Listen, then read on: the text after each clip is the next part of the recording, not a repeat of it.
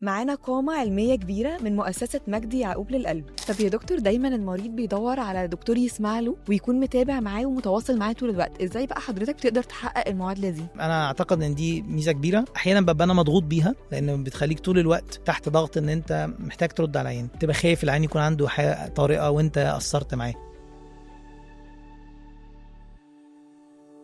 القلب هو سر حياة الجسم، وحمايته بتبدأ بالوعي المبكر. فتشخيص مرض في القلب حاجه بتخض الناس، لكن مش بالضروره ان دي حاجه تبقى محتاجه علاج طول العمر. التشخيص المبكر هو احسن حاجه تساعد ان احنا نبقى فاهمين جسمنا، فاهمين المشكله اللي عندنا ايه. طب ايه المؤشرات بالظبط اللي ممكن تبين مشاكل القلب يعني من بدري، ان الواحد يلحق نفسه؟ دي الحاجات اللي ممكن نعرف بيها قبل مم. قبل الولاده. طيب بعد الولاده يعني ده له بقى تفاصيل، ممكن نتكلم انه الطفل يتولد عنده مثلا نهجان، سرعه في التنفس. طب لو أي حد مثلا عنده نغزة في صدره أو عنده ضيق تنفس، دي ممكن تبقى بداية لمشاكل مثلا قلب؟ لو في مريض جاله ادوار برد متكرره بطريقه يعني بره السيزون بتاع البرد وطول الوقت بيجيله، او بيحتاج ادوار برد عنيفه لدرجه انه محتاج يتحجز في مستشفى، لازم تشك ان في مشكله في القلب حتى لو مش سامع حاجه على القلب.